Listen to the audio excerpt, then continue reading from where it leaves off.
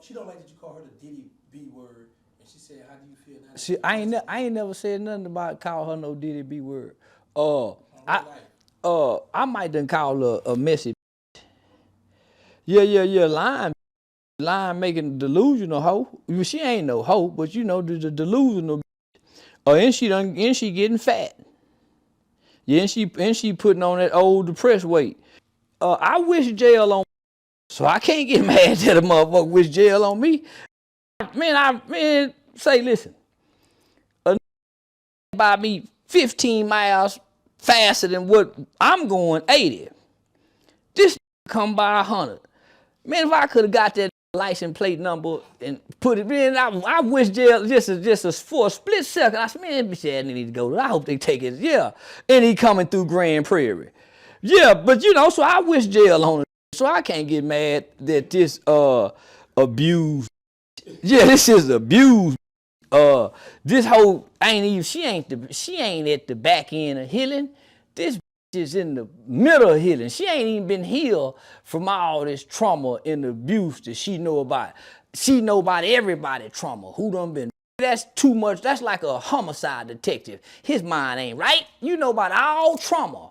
And you know about everybody downside and bad. She don't speak good about nothing. So I can't get mad at this bitch. That's the bitch sitting in front of the steps. Wino hoe. Yeah, but that hoe had some warrants. I don't lie, steal, or cheat. I was self-defended myself. That's where my charges came from. Attacking me in the barbershop. And yeah, I went and got my pistol involved. So nah, man, and I'm cleared of all charges. That theft is a bad. That theft is a crime of moral turpitude. When they run your background, don't nobody trust you. Department complex. I mean, wherever you go in society and they see you a thief, yeah, bitch, don't nobody trust you, ho. So fuck that bitch. Yeah, but that bitch talk like she know me. Homie, that bitch only met me one time for maybe 15, 20 minutes in real life street star. But this what get me, the say I'm a plant. Who planted me? And for what? I'm a nigga that came into the game saying I will snitch, I will call the police. How can they use me? I done blew my cover. say, yeah, I done blew my cover. Now, think about that. Man, he the FBI. Okay, yeah, I want to be the FBI. I'm gonna brag about it. You listen, I will work hand in hand with the FBI COINTELPRO shit that shut down the black organization. I would help them shut down that who got Fred Hampton. They can make me a like him. Now, I seen this lady, and she got some big views. She come at you. She say that y'all birthday on the same day, but she was happy that you got locked up. I'm speaking about Jaguar Wright. Didn't she just have a warrant on her for stealing too, and couldn't pay the lawyer? Nigga, my lawyer is like a genie. Nigga, y'all kept seeing me go to jail. No, nigga, I was arrested 3 times on these same. First, it was 4 charges. So I had animal cruelty from a YouTube skit from 4 years ago. So they sat on this allegation for damn near 2 years before they charged me with it. So I had animal cruelty, felony animal cruelty.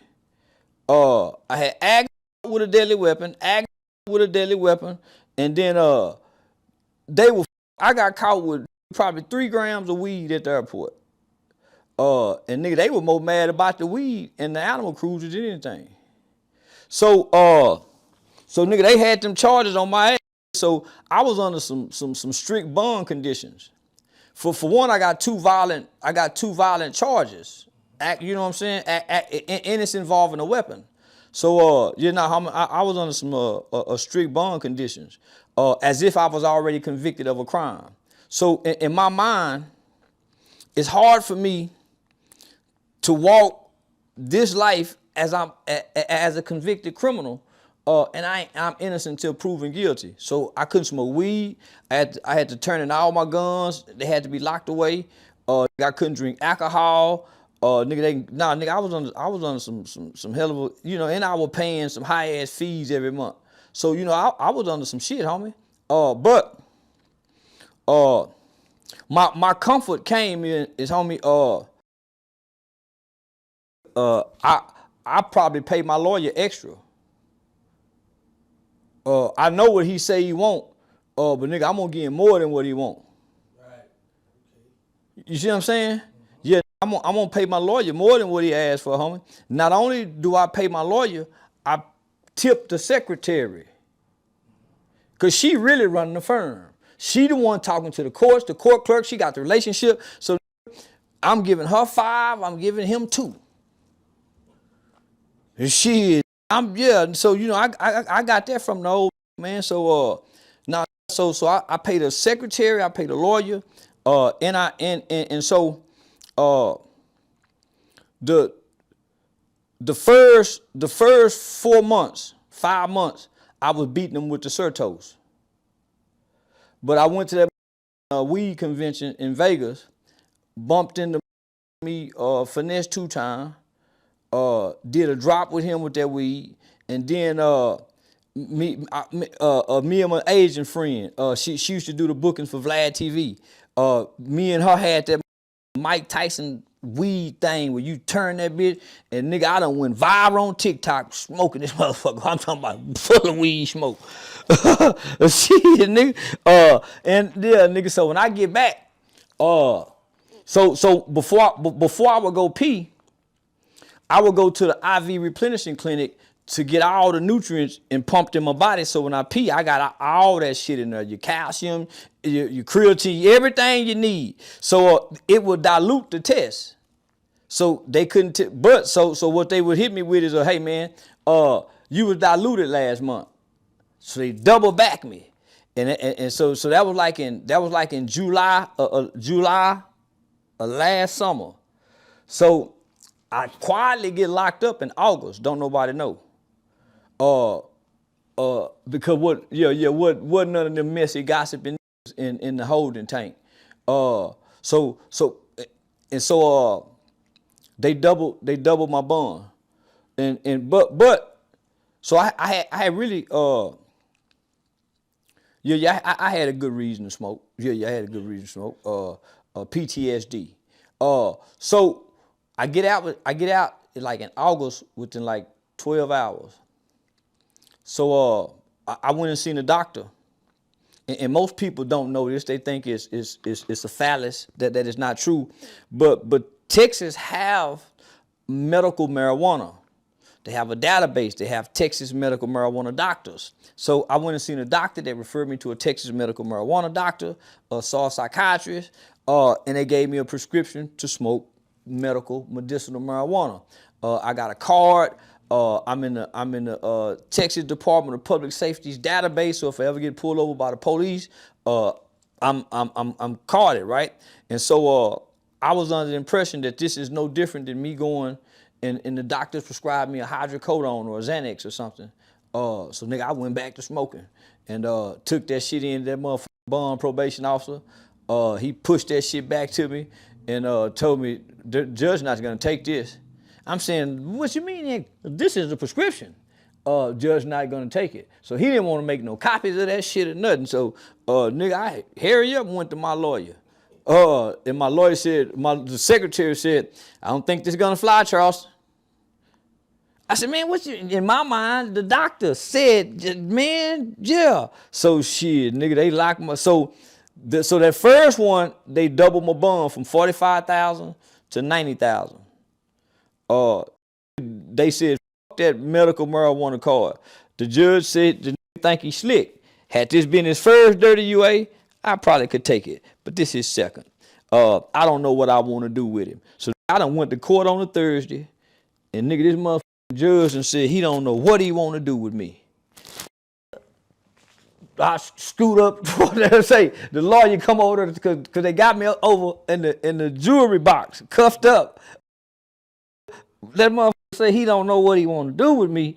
Man, hey, man, what? I think that's what I heard. Boy, my lawyer came over there and reaffirmed what I heard. I grabbed his arm. Boy, I needed some comfort. You say, boy, I grabbed his forearm and squeezed it, saying, damn, man, this man ain't nothing you can do, man. Say, boy, I needed some motherfucking comfort. Cause Thursday, Friday, Saturday, Sunday, Monday, Friday, I ain't been to jail since a little boy. They don't put me where I get to watch TV and play dominoes and have to answer questions about why I said this. As soon as I hit that booking flow, they grab me and isolate me and treat me like I'm a danger. And I be saying, man, they hiding this for my own safety, man. My safety. Man, say I'd rather be out here fighting than being locked in this motherfucker. I can't get to the phone, or I can't see nobody, I can't talk to nobody. This is a long, drooling 12 to 24 hours of booking. And I'm lonely in this.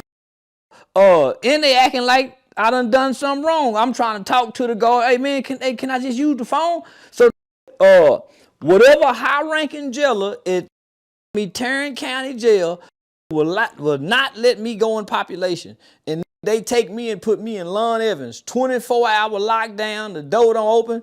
Man, that was the longest days of ever. So from Thursday, Friday, Saturday, Sunday, hope for Monday. The judge still ain't came with no decision on Monday. I'm saying, man, god damn, man. You now spirit starting to break. Yeah, man.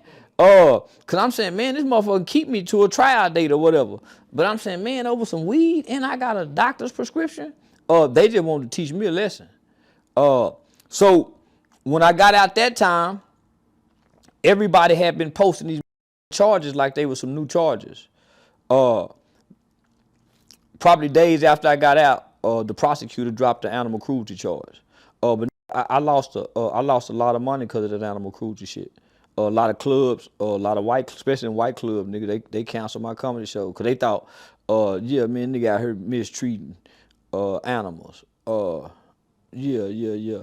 So days after that, nigga, they dropped the animal cruelty. So now I got the two ag in the weed case. The prosecutor, from what my attorney told me, that they have a rule in the Terrance County District Attorney's Office that prosecutors aren't allowed to drop a felony case if there's other pending felony cases, because by dropping this case, it hurt those cases. So the prosecutor who did that, he told my lawyer that he hate me because they be watching my videos and shit. And he say I walk around people, macing people, because they done seen several videos of me macing people, and he mace cats. So nigga, they wanted my, so he say he hate me, and he say I'm an they offered me 5-year probation at first. I said, man, I ain't maced no cat, Andy. So we went and got the owner of the cat. Shout out to Mr. Taylor. The owner of the cat, he was also in the video. And so he spoke to the prosecutor. So the prosecutor was a man of integrity, because he said I can't prosecute him and he's not guilty. So he dropped the charges. So I think he was reprimanded for dropping that charge. So they took him off the case. My great lawyer was a prosecutor. Great prosecutor in Terrance County. He's one of the best defense attorneys. So he know all the prosecutors, and he had good standards and good relationship with the prosecutor. Great friends with this prosecutor. You know, one of the only other prosecutors that would go out with lunch with him at times. So he convinced him that I'm not a this guy just acting like this on camera. Since they was taking him off the case, my lawyer and him had a talk that they would drop the charges to a misdemeanor. We didn't know what misdemeanor at the time, but we would take the felony off the table and he wouldn't go back up, even if it's removed off the case. So the new prosecutors came in.